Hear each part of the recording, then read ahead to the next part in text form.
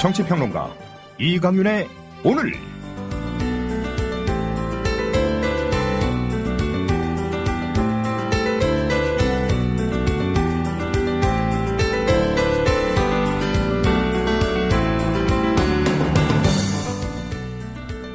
안녕하십니까, 이강윤입니다.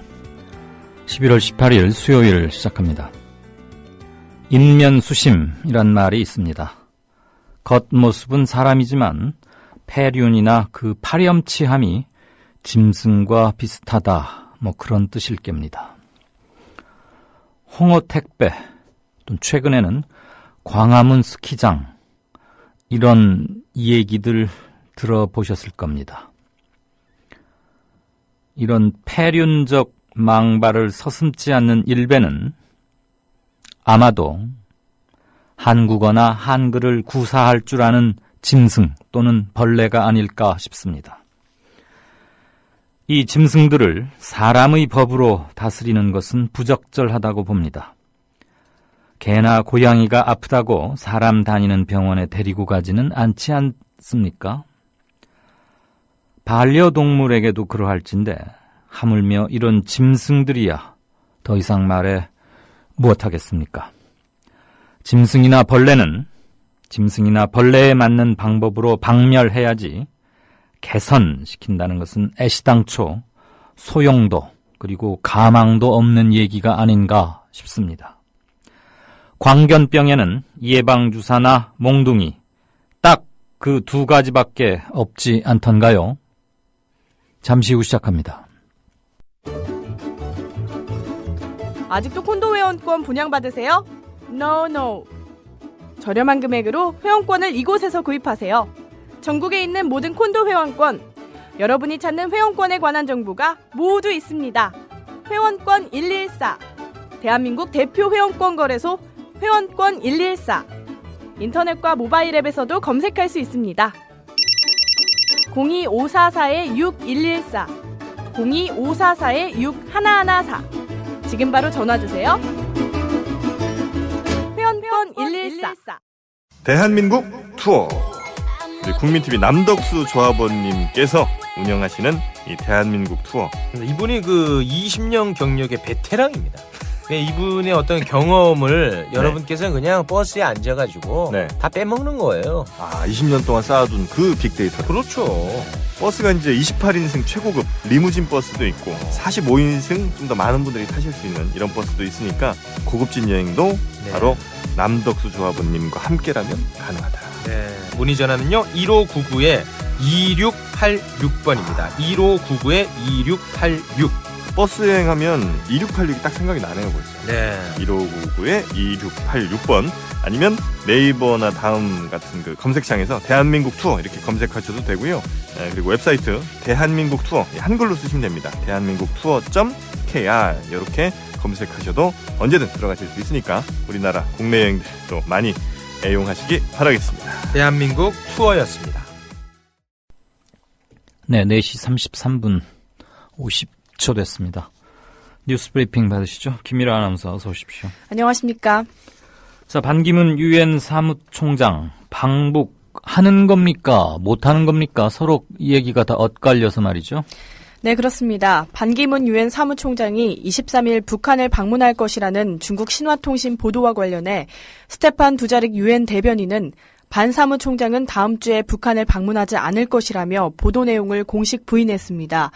두자릭 유엔 대변인은 성명을 통해 반기문 사무총장이 다음 주 뉴욕에서 영연방 정상회의가 개최되는 몰타로 바로 가며 몰타에서 프랑스 파리로가 유엔 기후변화협약 당사국 총회에 참석할 예정이라고 밝혔습니다. 두자릭 유엔 대변인은 반기문 총장이 남북 대화와 한반도 평화와 안정을 위해 북한 방문 등 건설적인 역할을 하겠다고 계속 말해왔다고 덧붙였습니다. 앞서 중국 신화통신은 오늘 북한 조선중앙통신 관계자의 말을 인용해 반기문 총장이 오는 23일부터 나흘 일정으로 북한 평양을 방문하기로 했다고 보도했습니다. 네, 국가 간 외교적 관례로 보자면 대단히 이례적인 일이 지금 벌어지고 있습니다. 북한의 중앙통신을 이용해서 중국의 신화사통신이 이것을 공식 보도했고 사회주의권에서 두 통신사의 기능이나 신뢰도 중요성은 제가 특별히 강조하지 않아도 될 정도고요. 그런데 그 당사자인 유엔 사무총장 대변인실에서는 전혀 그런 일이 없다. 그러면서 다른 일정까지 대가면서 부인하는 걸 보면 뭐가 틀어져도 단단히 틀어진 게 아닌가 싶고 상당히 의아합니다.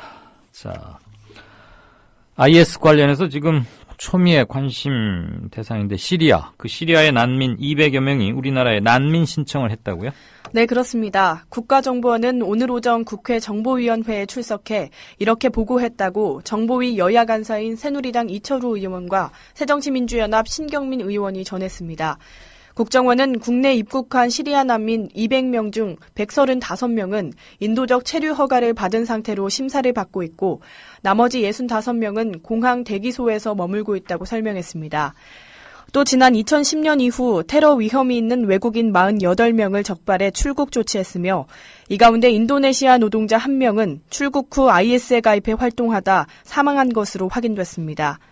국정원은 또 국내 테러 가능성에 대해서는 자생적 테러를 뜻하는 외로운 늑대 행태의 테러에 철저히 대비해야 한다고 강조했습니다. 국정원은 우리 국민 10명이 IS 공개 지지를 밝혔지만 관련법이 미비하다는 이유로 이들에 대한 신원 파악은 하지 못하고 있다고 말했습니다. 이 밖에 IS와 북한과의 연계 가능성은 항상 있다고 보고 있지만 뚜렷한 정황은 아직 찾지 못했다고 보고했습니다. 네. 정부와 새누리당이 테러 방지 대책에 한 1,000억 원가량 예산 배정키로 했다고요? 네, 그렇습니다. 정부와 새누리당은 오늘 아침 국회에서 당정 협의를 열고 테러 방지 종합대책에 예산 1,000억 원을 추가 투입하기로 했습니다. 먼저 북한의 생화학전에 대응하기 위한 생물 테러 대비에 260억 원이 배정됐고 해상전력 강화를 위한 고속 무장보트 구입에도 300억 원가량을 쓰기로 했습니다. 또 철도와 고속버스 터미널 등 국가 기관망에 대한 검문 검색도 대폭 강화돼 엑스레이를 포함한 관련 장비도 대폭 확충하기로 했습니다. 이와 함께 외국 국적을 가진 동포와 국내 입국 외국인에 대한 지문 제공 의무화와 탑승권을 발권받기 전에 인적사항이 항공사에서 법무부로 곧바로 전송될 수 있도록 하는 방안도 추진됩니다. 당정은 이와 함께 국가정보원 산하에 대테러 대응센터를 설치하는 내용을 중심으로 하는 테러 방지법안의 국회 처리에도 힘을 모으기로 했습니다. 네. 친부 살해 혐의로 무기형을 받았던 김신혜 씨에 대한 재심 결정이 내려졌다고요? 네, 그렇습니다. 법원이 복역 중인 무기수 김신혜 씨에 대한 재심 개시 결정을 내렸습니다. 이는 국내에서는 처음으로 복역 중인 장기수에 대한 재심이 개시될 것으로 보입니다. 최창훈 광주지법 해남지원은 18일 무기징역을 선고받고 15년 6개월간 복역 중인 김 씨의 청구를 받아들여 재심 개시를 결정했습니다. 최 지원장은 김 씨의 무죄를 입증할 새로운 명백한 증거가 발견되지 않았으나 수사 과정에서 경찰관의 직권남용과 허위 공문서 작성 등이 발견돼 재심 개시를 결정한다고 밝혔습니다. 최 지원장은 특히 김 씨의 수사에 관여한 사법경찰관이 압수수색 영장에 의하지 않고 강제수사인 압수수색을 실시했다며 또 압수수색 과정에서 사법경찰이 참여하지 않았음에도 경찰이 참여한 것처럼 압수조서를 허위로 작성했다고 밝혔습니다. 이어 또 김 씨가 현장 검증을 거부함에도 검증 영장에 의하지 않고 김 씨를 해당 장소로 이동하게 하면서 의무 없는 범행 재연을 하게 하는 등 형사소송법 제420조 제7호의 재심 사유가 있다고 설명했습니다. 네. 그런데 김 씨가 신청한 형 집행정지는 받아들여지지는 않았죠. 네, 그렇습니다. 재판부는 형사소송법상 재심 개시 결정에 있어서 형의 집행정지 결정은 임의적이고 이 법원이 재심 개시 결정을 한 이유가 수사에 관여한 경찰관이 직무에 관한 죄를 범했다는 점에 있다고 말했습니다. 또 무죄 등을 선고할 명백한 새로운 증거가 발견됐다는 점에 있는 것이 아니어서 형의 집행을 정지하는 결정은 하지 않았다고 덧붙였습니다. 김 씨는 지난 2000년 3월 7일 오전 5시 50분쯤 전남 완도군 정도리 외딴 버스 정류장 앞에서 아버지를 살해하고 시신을 유기한 혐의로 구속됐습니다. 당시 완도경찰서는 23세였던 김 씨가 술에 수면제를 타 아버지를 살해했다고 결론지었습니다. 경찰이 밝힌 범행 동기는 아버지에 의한 성적 학대였고 이 같은 수사기관의 주장을 법원이 받아들여 김 씨에게 무기징역을 선고했습니다.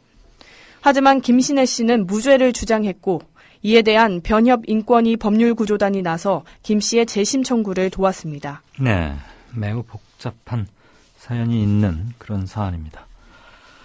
자, 전국 언론노조가 취재 방해를 넘어선 경찰의 폭력적 취재 진압 강력하게 규탄했죠. 네, 그렇습니다. 지난 14일 민중 총궐기 당시 경찰이 언론인들에 대한 취재 진압과 더불어 시민들을 상대로 과잉 진압을 했다며 전국 언론노조 등 언론단체들이 경찰의 사과를 촉구하고 나섰습니다. 전국 언론노동조합 등 14개 언론협회 회원 20여 명은 오늘 오후 2시쯤 서울 서대문구 미근동 경찰청 앞에서 공권력의 민중 총궐기 취재 진압 규탄 기자회견을 열고 이같이 밝혔습니다.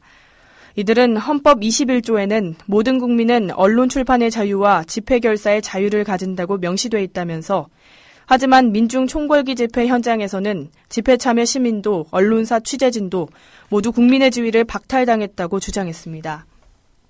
그러면서 다수의 시민이 부상했고 언론사 취재진 또한 공권력으로부터 유례없는 순환을 당했다면서 물대포 등으로 취재 방해를 넘어선 다분히 고의적이고 악의적인 취재 진압 행위를 경찰이 저질렀다고 덧붙였습니다.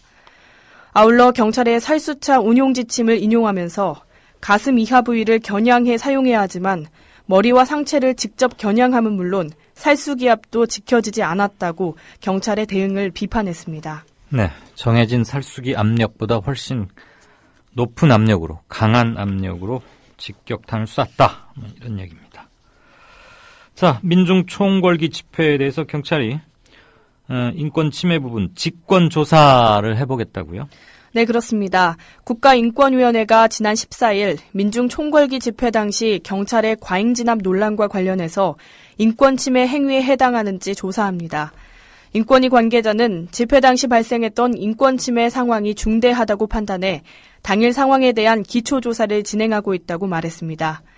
인권위법 30조는 인권 침해나 차별 행위가 있다고 믿을 만한 상당한 근거가 있고 그 내용이 중대하다고 인정할 때에는 인권위가 직권으로 조사할 수 있다고 규정하고 있습니다. 중점 조사 대상은 경찰이 집회 참가자를 해산시키는 과정에서 물대포, 캡사이신 등을 과도하게 사용하는 등 과잉 진압했는지 여부입니다. 네, 이명박 정부 이래 국가인권위원회가 제 할 일을 못하고 있다. 말만 그냥 이름만 인권위원회다 이런 얘기가 끊임없이 제기되고 있는데 지금 국가인권위원회가 경찰의 인권 침해 여부를 조사를 한다고 합니다. 과연 얼마나 심도 있게 그리고 철저하게 조사가 이루어질지는 다분히 의문입니다만 일단 어떤 얘기를 내놓는지까지는 한번 지켜는 봐야겠죠. 그 이전에 고소고발 등으로 인해서 본격적인 수사가 이루어지는 게 더 빠르고도 시급한 게 아닌가 그런 생각을 합니다. 조계사로 피신한 민노총의 한상균 위원장, 조계사의 공식적으로 신변 보호와 현 시국 관련 정부와의 중재 이런 것들을 요청했죠. 네, 그렇습니다. 지난 16일 밤 서울 종로구 조계사로 피신한 한상균 민주노총 위원장이 오늘 오전 조계사 측에 정식으로 신변 보호를 요청했습니다. 조계종은 19일 화쟁위원회를 열어 한 위원장의 보호 요청과 최근 사회 문제에 대해 종단 차원의 입장을 정리할 예정입니다. 한 위원장은 지난해 5월 24일 세월호 희생자 추모 집회와 올해 5월 1일 노동절 집회에서 불법 시위를 한 혐의 등으로 지난 6월 체포영장이 발부됐습니다. 이후 지난 14일 민중 총궐기 대회에서 개회사를 하는 등 그간 집회 시위 현장에 여러 번 모습을 드러냈으나 체포에는 실패했습니다. 네. 이 뉴스 역시 그동안 많이 들어왔던 건데 이렇게 강조를 함에도 바뀌지 않고 있는 거에 문제가 있겠죠. 우리나라 60대 이상 고령층의 가계 부채가 미국이나 유럽 주요국과 견주어봤더니 가장 심각했다 이런 얘기죠? 네, 그렇습니다. 우리나라 60대 이상 고령층의 소득 대비 가계부채 비율이 미국과 유럽 주요국과 비교했을 때 가장 심각한 수준인 것으로 나타났습니다. 한국개발연구원 보고서를 보면 우리나라 60대 이상 가계부채 비율은 161%로 전 연령대 평균인 128%보다 크게 높습니다. 고령층 가계부채 비율이 전 연령대 평균보다 높은 나라는 미국과 유럽 주요국 가운데 우리나라가 유일합니다. 한국개발연구원은 다른 나라의 경우 생애 주기에 걸쳐 빚을 줄이지만 우리나라는 50대에 이르러서야 빚을 갚기 시작하기 때문이라고 설명했습니다. 우리나라 고령층은 가구 소득 가운데 연금 등 안정적인 소득이 차지하는 비중이 29%에 불과해 상환 능력도 크게 떨어지는 것으로 나타났습니다. 네, 아무래도 주택 구입, 그리고 교육비, 그다음에 자녀 결혼에 드는 비용도 상당히 큰 비중을 차지하기 때문에 이런 것들이 다 40대 후반 50대에 걸쳐서 이루어지고, 그러니까 소득이 줄어드는 시기에 갚아야 할 빚은 급격하게 늘어나는, 그러니까 가난한 부모님들, 가난한 어르신이 될 수밖에 없군요. 자, 사법시험 이거 계속 해야 되느냐 말아야 되느냐 계속 논란이 되었는데 오늘 또 치열한 공방이 벌어졌다고요? 네, 그렇습니다. 사법시험이 유지돼야 한다는 입장인 대한변호사협회는 고가의 로스쿨 등록금과 낮은 장학금 비중 등을 들며 사실을 유지해 법조계 진입 통로를 다양화해야 한다고 주장했습니다. 이에 대해 사시 폐지 입장인 한국법조인협회 측은 사법시험으로 일종의 법조 카르텔이 만들어져 전관예우 등 문제가 심화됐고 고시에만 매달리는 대학 법학 교육을 정상화하기 위해 사시가 사라져야 한다고 반박했습니다. 현재 사법시험은 2017년을 마지막으로 폐지될 예정이지만 지난해 이후 사시 존치 취지를 담은 법률 개정안 6건이 발의돼 논의가 진행되고 있습니다. 네. 앞으로 자녀를 홀로 키우는 아빠가 생모의 이름을 설령 모르더라도 출생신고를 할 수 있게 규정을 좀 바꾸겠다 이 말이죠. 이런 경우가 흔할 것 같지는 않은데 어쨌거나 대법원이 이렇게 하겠다 이런 결정입니다. 네, 그렇습니다. 대법원은 내일부터 미혼부가 가정법원의 간단한 확인 절차를 거쳐 자녀 출생신고를 할 수 있도록 한 법률 개정안이 시행된다고 밝혔습니다. 지금까지는 미혼부가 생모의 이름과 주민등록번호 등 인적사항을 모르면 특별 대리인을 내세워 성본과 가족관계 등록을 새로 만든 뒤 복잡한 소송 절차를 거쳐야 출생신고를 할 수 있었지만 앞으로는 유전자 검사서 등만 내면 됩니다. 이 법은 생모가 출산 직후 떠나버려 출생신고를 하지 못한 사랑이 아빠 사연이 재작년 언론을 통해 알려지면서 개정됐습니다. 대법원 관계자는 미혼부의 자녀가 의료보험과 보육비 지원 등의 혜택을 신속하게 받을 수 있을 것으로 기대했습니다. 네, 2년 전에 이런 일이 있었는데 미처 기억을 못하고 있었군요. 사랑이의 사연. 네, 제도가 사람의 평안과 인권 그리고 기본권의 향상을 위한 거라면 당연히 고쳐져야겠죠. 겨울철에 접어드는데 노로바이러스 주의보가 내려졌다고요? 공식 주의보는 아무튼 아니지만 조심해야 된다 이 말이겠죠?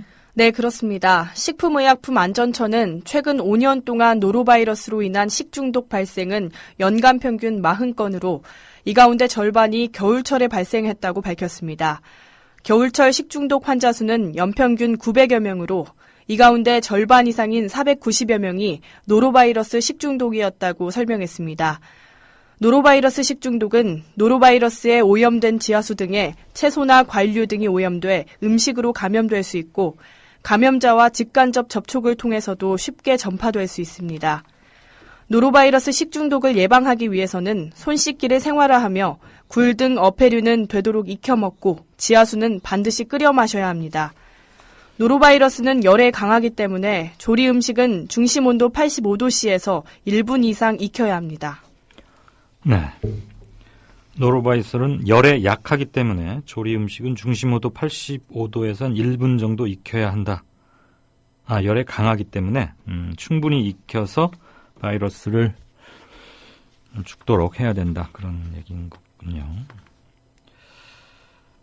자, 요즘 심할 때는 좀 약간 덥기도 하고 어떤 날은 굉장히 10도 이상 그 전날보다 10도 이상 떨어져서 막 갑자기 춥기도 하고 비도 또 며칠 사이로 물론 지금 가뭄에 시달리는 지역에서는 이 비가 고마운 단비겠지만 비도 오락가락하고 날씨가 본래 이렇게 11월 요때가 이렇게 불순한가요? 날씨 좀 알아보죠. 네, 내일 중부지방은 구름 많겠고 남부지방은 흐리겠습니다. 전남 서해안은 새벽에 제주도는 낮부터 비가 오겠습니다. 강원도 영동과 경북 동해안은 아침까지 가끔 비가 오겠습니다. 충청남도와 전라북도는 새벽부터 오전 사이에 산발적으로 빗방울 떨어지는 곳 있겠습니다. 내일 아침 최저 기온은 5도에서 12도, 낮 최고 기온은 11도에서 16도가 되겠습니다. 네. 지금까지 뉴스 브리핑의 김일아 아나운서였습니다. 맞습니다. 박 대통령은 재치 있는 유머로 주변 사람들을 안심시키며 분위기를 바꾸었습니다. 아유, 공해야 공해. 아니 기사님, 뉴스 듣다 왜 라디오를 끄세요? 대통령 동정 연예인 스캔들 동물 날씨 얘기뿐이에요. 어디 뉴스가 뉴스다워야지요. 그럼 기사님 안목에서 뉴스다운 뉴스는 뭔가요? 4대강 만든다고 하더니 죽을 4차 4대강 만들었고, 나라님이 자원 외교한다며 혈세를 펑펑 써댔고, 똥별들이 무기 팔아서 뒷돈 챙기고 나라가 개판 5분 전이 됐는데 이런 건 뉴스에 안 나오잖아. 뭐가 뉴스겠어요? 자고로 뉴스라는 거는 권력이 뭔지 알려주고 그 권력을 바르게 이끄는 거 아니겠습니까? 왜 이럴까요? 그게 다 권력자한테 장악당한 거죠. 기사님, 그래서 이런 세상, 이런 뉴스를 바꾸자고 해서 등장한 협동조합이 있잖아요. 에? 협동조합이요? 조합원이 사주라서 조합원 뜻에 어긋나는 뉴스를 만들 수 없는 그런 방송이에요. 오! 아니 거기가 바로 미디어 협동조합입니다. 욕하고 한숨 쉬는 것으로 그치지 말고 함께 희망을 만들어요. 미디어 협동조합 홈페이지 국민.tv 또는 서울전화 3144-0933으로 문의하세요. 국민 라디오를 또 국민 TV를 읽는다? 미디어 협동조합 콘텐츠의 관문, 국민TV 뉴스를 아시나요? 뉴스K 등 국민TV의 모든 기사, 조간브리핑 등 국민 라디오의 인기 콘텐츠, 주요 방송의 녹취와 뉴스메이커와의 대담, 주요 원고 대본이 여러분을 기다립니다. 국민 라디오와 국민 TV를 한눈에 만나세요. news.국민.tv 모바일 접속은 m.news.국민.tv. 네. 정치권 소식 들어보죠. 정가 산책 시작합니다. 한국일보 양정대 기자, 안녕하세요. 네, 안녕하세요. 오늘은 뭘로 말문을 열까요? 오늘 아무래도 정치권 내부에서 일어난 일들 중에서는 문재인 대표의 조선대 강연 내용이 가장 관심거리 아닌가 싶습니다. 그렇네요. 오늘 문재인 대표가 광주를 방문해서, 광주를 방문한 오늘 천정배 의원이 추진 중인 이 신당이 처음으로 이제 공식적으로 모습을 드러내기 시작하는 단계. 그렇죠. 오늘 선언했잖아요. 그렇죠. 예. 그래서 이제 그 신당을 추진하는 멤버들까지 이제 공개를 했는데, 어쨌든 날짜를 거기에 맞췄다고 보는 게 맞겠죠. 근데 조선대 강연이었죠. 그게 조선대 측하고 아마 얘기가 오갔을 텐데, 그런데 네네. 천정배 신당 이 얘기가 18일로 정해진 건 그렇게 오래된 것 같진 않고, 자세히는 모르겠습니다만 맞춰도 이상하고 안 맞춰도 이상하고. 예. 그렇죠. 예. 어쨌든 오늘 문재인 대표가 공식적으로 그동안에 이게 당내 비주류의 반발, 또 사퇴 요구, 이런 것들과 관련해서, 어떻게 보면 좀 가장 공식적이고, 조금 문재인 대표 본인 입장에서 보면, 대표로서는 조금, 이제 그 전보다 훨씬 더, 진일보한, 조금 더 전향적인 얘기를 했다, 이렇게 볼 수는 있을 것 같습니다. 그런데 이제 전체적으로, 지금 오늘 한 얘기의 골자는 크게 문재인, 안철수, 박근혜 전다. 박원순 3자 간의 죄송합니다. 예. 그렇게 연대해도 멋있는 그림이 나오긴 하겠네요. 문재인, 안철수, 박원순 이 3자 연대 틀을 통해서 이 총선을 좀 당이 단합해서 치러내자. 이런 내용이 하나가 있고요. 또 다른 하나는 현역 의원들이 기득권을 버리면 나도 대기종군할 수 있다. 이 얘기를 했는데, 이건 뒤집어 보면 어쨌든 당의 현역 의원들에 대한 지금 평가 작업을 시작했는데, 어쨌든 혁신위에서 마련한 그 공천 혁신안에 모두 당이 승복해야 한다. 이런 부분을 강조했다고 볼 수 있을 것 같습니다. 네. 특히 이제 오늘 문재인 대표가 한 얘기 중에서 보면, 그 두 가지 부분에서 어쨌든 좀 한 발짝 떨어져서 보면 그 당의 이런저런 요구들, 또 자신에 대한 사퇴 요구, 뭐 이런 것들에 대해서 내가 당에 뭐 그 사람들이 요구하는 거를 그대로 수용을 하면 당내 분란은 좀 가라앉아 보일 수 있겠지만 네. 그건 결국 공천권 나눠먹게 하는 거고 그거는 올바른 단합이 아니다. 뭐 이렇게 이제 딱 선을 그은 대목이 있습니다. 어쨌든 뭐 오늘 문재인 대표는 본인이 할 얘기는 다 했고 그리고 다시 이제 공을 좀 안철수 의원 쪽에 공을 일단 넘겼다. 뭐 이렇게 보는 게 맞지 않나 싶은데요. 사실 당 바깥에 있는 입장에서 보면 문재인 대표의 오늘 얘기는 선을 좀 일부 그어놓고 얘기를 할 수밖에 없는 본인의 지금 상황, 조건 이런 것들 때문에 어떻게 보면 조금 비판적으로 보면 결국은 본인이 당권을 얻지 않고 어쨌든 문재인 체제로 총선을 치르겠다는 예. 그 얘기를 한 것 아니냐 이렇게 해석이 될 수도 있을 것 같고요. 네. 또 다른 측면에서 보면 아까 말씀드렸듯이 문재인 대표 입장에서는 지금 그 문신의 폭이 그렇게 넓지 않은 문재인 대표의 입장에서 보면 어쨌든 본인이 좀 최대한 이 성의를 보이려는 그런 좀 제안을 한 거다. 이제 이렇게 볼 수도 있을 것 같은데요. 예.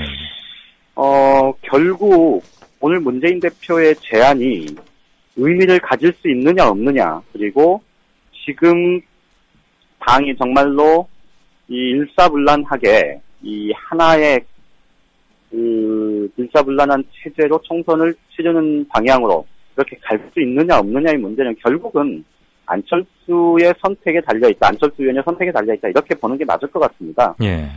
문재인 대표가 아까 말씀드렸듯이 그 큰 두 가지 가닥하고 그다음에 마지막에 드렸던 말씀 그러니까 과거처럼 이렇게 공천권 나눠먹자는 식으로 그렇게 봉합하고 가면 당내 분란은 수그러들 수 있겠지만 그건 옳지 않다라고 네. 분명하게 선을 그은 부분은 문재인 대표가 지금 문재인 대표 체제로 총선을 치르는 것보다 더 중요한 문제는 어쨌든 지금의 야권이 이전과는 좀 달라진 모습을 보이고 이것이 총선 때 그 달라진 모습으로 평가받아야 한다는 아주 기본적인 본질적인 문제 아니겠습니까? 그렇죠. 그러니까 이주규가 당 대표의 입지에 대해서 계속해서 문제 제기를 하고 흔들고 사퇴를 공공연히 요구하고 이런 것이 결국은 자신들의 기득권 지키기 때문 아니겠느냐라는 이 여론조사를 통해서 나타났던 민심을 문재인 대표가 지금의 어려움을 이유로 해서 이거를 무시하고 갈 수는 없는 문제거든요. 그렇게 되면 사실 정치인 문재인은 생명이 끝난다고 봐도 무방한 거고. 그러게요.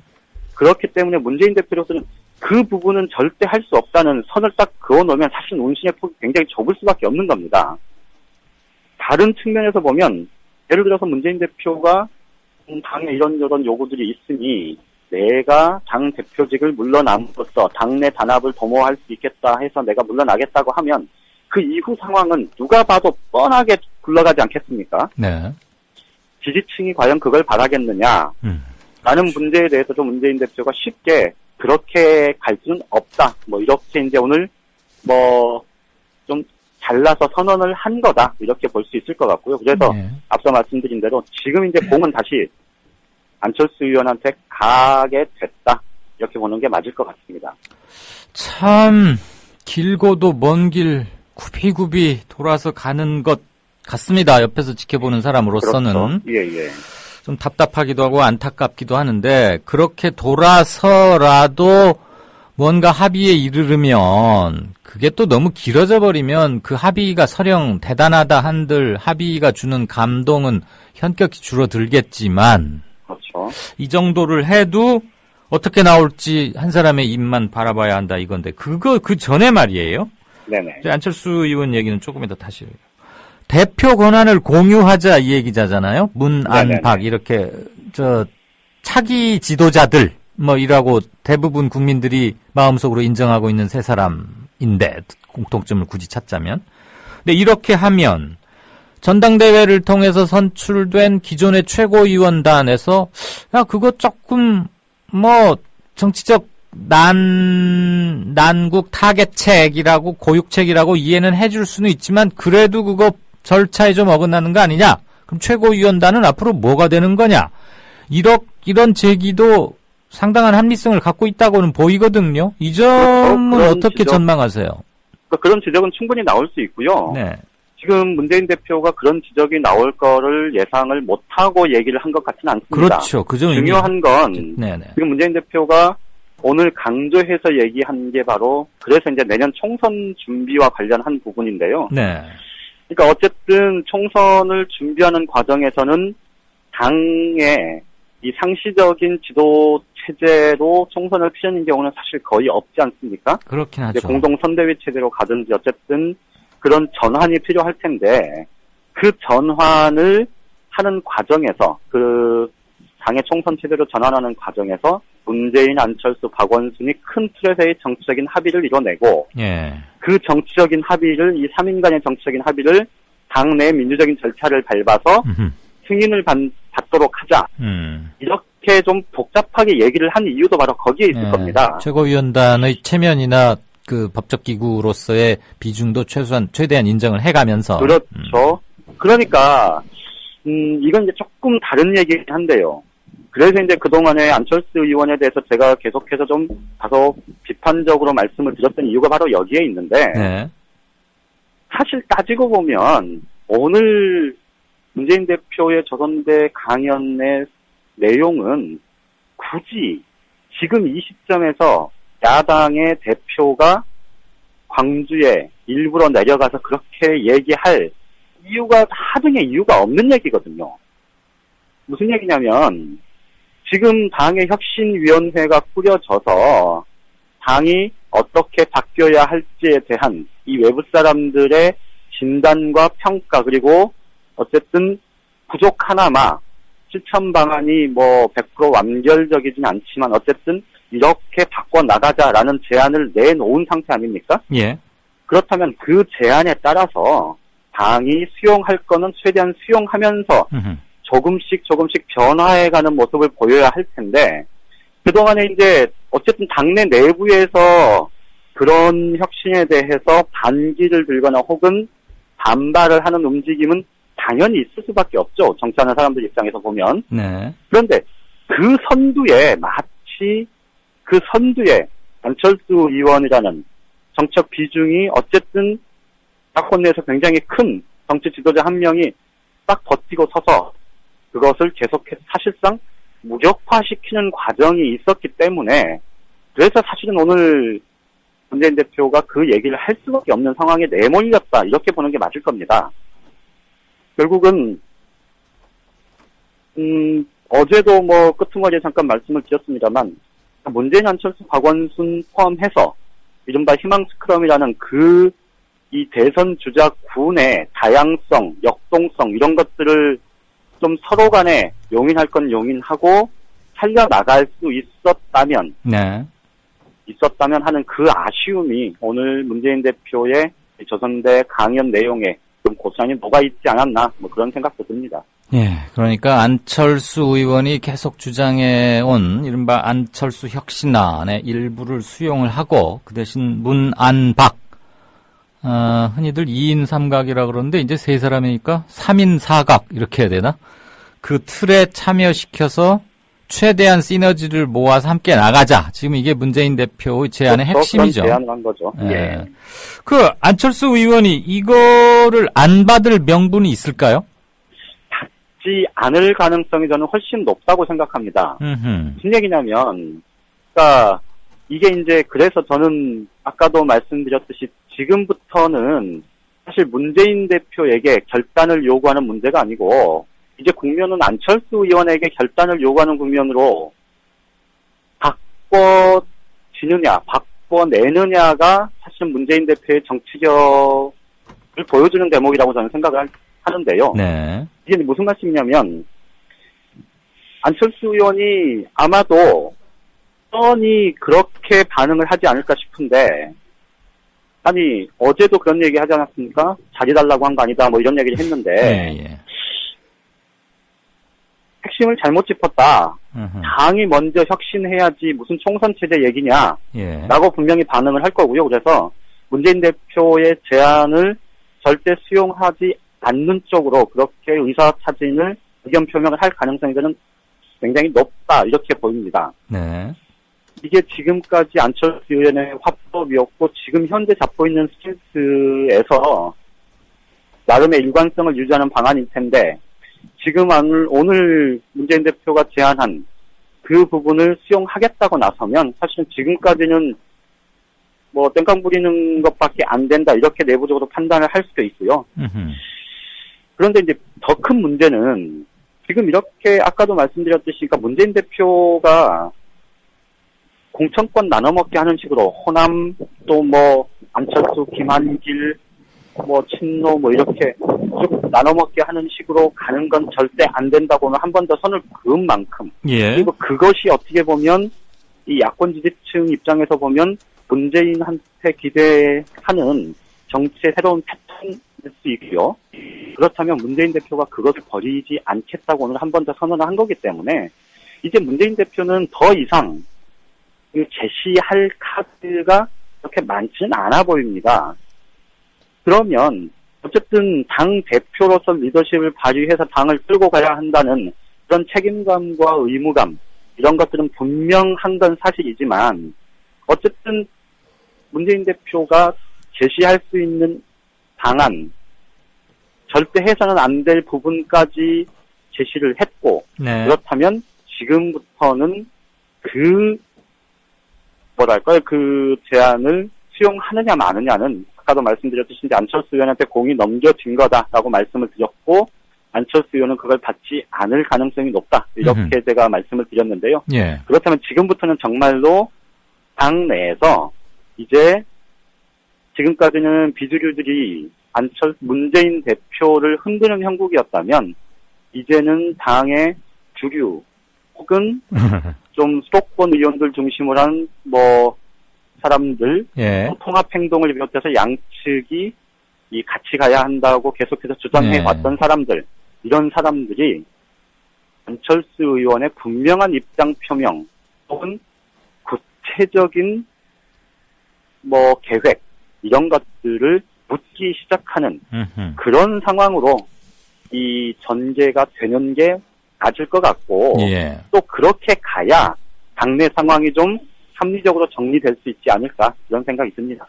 결국 안철수 의원도 대차대조표를 많이 이렇게 따져보고 작성해보고 요즘은 주판 안 쓰죠. 계산기를 많이 해봤을 텐데, 결국은 안철수 의원의 현 시국 인식과 향후에 대한 비전 또는 분석 능력, 결국 이제 정치력이라고 이제 총괄적으로 얘기해서 정치력을 묻는, 그리고 답해야 되는 상황에 처해 갈 것이다. 저기 말이에요. 네네. 10월 중이었나요? 하도 새정년은 뭐가 되다가도 안 되고 이러니까 저도 막 헷갈리는데, 문재인 당대표가 재신임 받겠다. 혁신안이 중앙위 통과하는 거와 관계없이나 재신임 받겠다라고 세게 치고 나왔다가, 아이고, 거기까지는 가지 말자. 그래서 이제 일단 한번 봉합이 됐었죠. 당시 비주류 중진들이 모여가지고 국회 부의장 중재안 같은 걸 냈고, 그때 한번 이런 게 있었고, 그때는 아주 강력하고도 직설적인 것으로 문재인 대표가 화답했다면, 요번에는 문안박 공동체제를 통해서 뚫고 나가자. 이거는 비교적 그때보다는 톤은 약간 낮아졌지만 훨씬 상대가 거부하기 힘든 구체성을 갖고서 하는 얘기. 이제는 안철수 의원이 입장이 바뀌어가지고 답해야 하는 상황이 됐다, 이거죠. 네, 그렇죠. 근데 안 의원이 만약에 요걸 지금 우리 양 기자는 아마도 안 받을 것 같다, 이러면은 그 후폭풍이랄까? 후폭풍까지는 아니더라도 그 후유증. 어쨌거나 답해야 하는 사람이 노를 해버리면 사람들은 계속해서 그 사람의 입을 보게 돼 있잖아요. 네네네. 안철수 의원은 상당히 고민해야 할 지점일 것 같은데. 그러니까 사실 정상적으로 네. 그러니까 당이 이제 온전하게 좀 하나의 통일된 모습으로 총선을 치러내야 한다는 예. 그런 당위에서 보면 당연히 정말로 좀 어떻게 이 현재 좀 벌어진 틈 이런 것들을 메울 것인가에 대해서 고민을 하는 게 맞는데요. 예. 그런데 안철수 의원 본인의 생각은 어떤지 모르겠고 어쨌든 주변에서 어제 오늘 들려나오는 얘기는 심지어 탈당 가능성에 대한 언급까지 포함해서 굉장히 좀 극단적인 얘기들까지 쏟아지는 걸 보면 안철수 의원 주변의 상황이 그렇게 녹록해 보이지는 않고요. 그래서 이게 이제 굉장히 좀 좀 직선적으로 말씀을 드리면 예. 지금 새정치연합의 최대 내관 혹은 굳이 따져보면 걸림돌 이렇게 갈 수 있는 여지 저는 이 부분도 지금 가능성이 꽤 열려 있는 상황 아닌가 이런 생각이 듭니다. 탈당이라. 그러니까 이게 탈당까지 갈지 어쩔지 모르겠는데 예. 이게 잘 보면 2010년 대선 당시에 두 사람이 단일 후보 단일화하고 결국 대선까지 가던 그 과정에서 네. 이 양측이 화학적으로 결합하지 못했었던 그 당시 상황과의 기시감을 얘기하는 사람들이 꽤 있습니다. 예. 그런 부분들에 대해서 문재인 대표 쪽에서도 물론 더 고민을 해야 될 거고요. 안철수 의원 쪽에서도 좀 더 그 당의 한 구성 주체로서 그 전직 당 대표로서 가져야 할 책임감, 의무감 이런 것들에 대해서 좀 정말 고민과 성찰이 필요한 때가 아닌가 그런 생각이 들기도 합니다. 새정년의 창업 대주주잖아요. 김한길, 안철수. 그렇다고 봐야죠. 그리고 초대 공동대표고 지분과 관계없이. 그렇다면 그것만으로도 막중한 책임감을 느껴야 되는 게 아닌가 싶고 만약에 문, 안, 박 체제가 가동이 된다면 이른바 이해찬 등 요즘 이해찬 전 총리는 조용은 하지만 정세균 등등 박지원 이렇게 개파라고 할 수 있을까? 아무튼 중간 보스격 이렇게 하던 사람들이 거의 한꺼번에 뒷방으로 좀 물러나게 되는 결과 가져오지 않겠어요? 그렇게 해서 사실은 판을 새롭게 그러게요. 예. 진용을 짜고 나가는 게 사실은 어떻게 보면 지지층으로서는 가장 좀 혹은 중도층까지 포함할 수 있는 지지를 광범위하게 받을 수 있는 가장 좀 좋은 그림이라고 보는 게 맞겠죠. 네. 그런데 이제 이게 정치가 현실이다 보니 실제 문안박 3인 연대가 성사되더라도 그렇게 갈 수 있을지 없을지는 지켜봐야 되는 문제인데요. 네. 어쨌든 큰 그림의 축이 형성되는 건 분명히 맞죠. 네. 아무튼 새정치연합은 짧게는 선거를 앞두고 어떤 지도체제 어떤 형태로 갈 거냐. 조금 길게는 이 당이 계속해서 제1야당의 이른바 정통성을 승계하면서 유지가 된다면 당명을 바꾸든 안 바꾸든은 잘 모르겠습니다만 그랬을 때 어떤 사람들이 주축으로 나서느냐. 결과적으로는 세대 교체의 뒷물이 안물을 밀어낸다. 이제 이런 한자 성어도 있습니다만 그 고비에 처해 있다. 이 정도로 오늘 상황은 정리를 할 수 있겠군요. 아직은 그런 고비를 기대할 만큼. 네, 이제 안철수 의원의 반응, 특히 박원순 서울시장은 사실 현직 시장이기 때문에 한다고 해도 정치 행보에 굉장히 제한이 있을 수밖에 없으니까 문안박이지만 사실 초점은 안철수 의원에게 달려 있는데. 그렇죠. 네. 아무튼 안철수 의원이 참 대단은 하군요. 네. 대단은 해요. 알겠습니다. 여당 쪽에서 꼭 챙겨봐야 할 사항 그런 거 혹시 있나요? 오늘은 특별히 움직임이 없는 것 같습니다. 알겠습니다. 자, 정가산책 이 정도 마치죠. 내일 또 다시 이어가십시다. 네, 고맙습니다. 지금까지 한국일보 정치부의 양정대 차장이었습니다. 미디어 협동조합이 벌이는 싸움은 단번에 끝나는 단거리 달리기가 아니라 마라톤입니다. 반만 년 동안 기승을 부려온 기득권 논리, 또 기회주의가 어찌 일거에 숙청되겠습니까? 인내심과 지구력을 갖고 천천히 또박또박 그리고 신랄하게 헤쳐나가야 합니다. 국민TV의 조합원이 되어주십시오. 이 사술과 기만의 시대 언제까지 방치하겠습니까? 국민TV가 가장 무서운 견제자로서 어둠을 헤치고 썩지 않게 하는 힘이 되겠습니다. 이제 가입하실 때가 됐습니다. 미디어 협동조합 홈페이지 국민.tv 또는 mediacoup12@gmail.com의 문호는 24시간 열려 있습니다. 다 함께 자부심으로 물려줄 세상을 만듭시다. 누가 아는 바로 당신이 할 일입니다.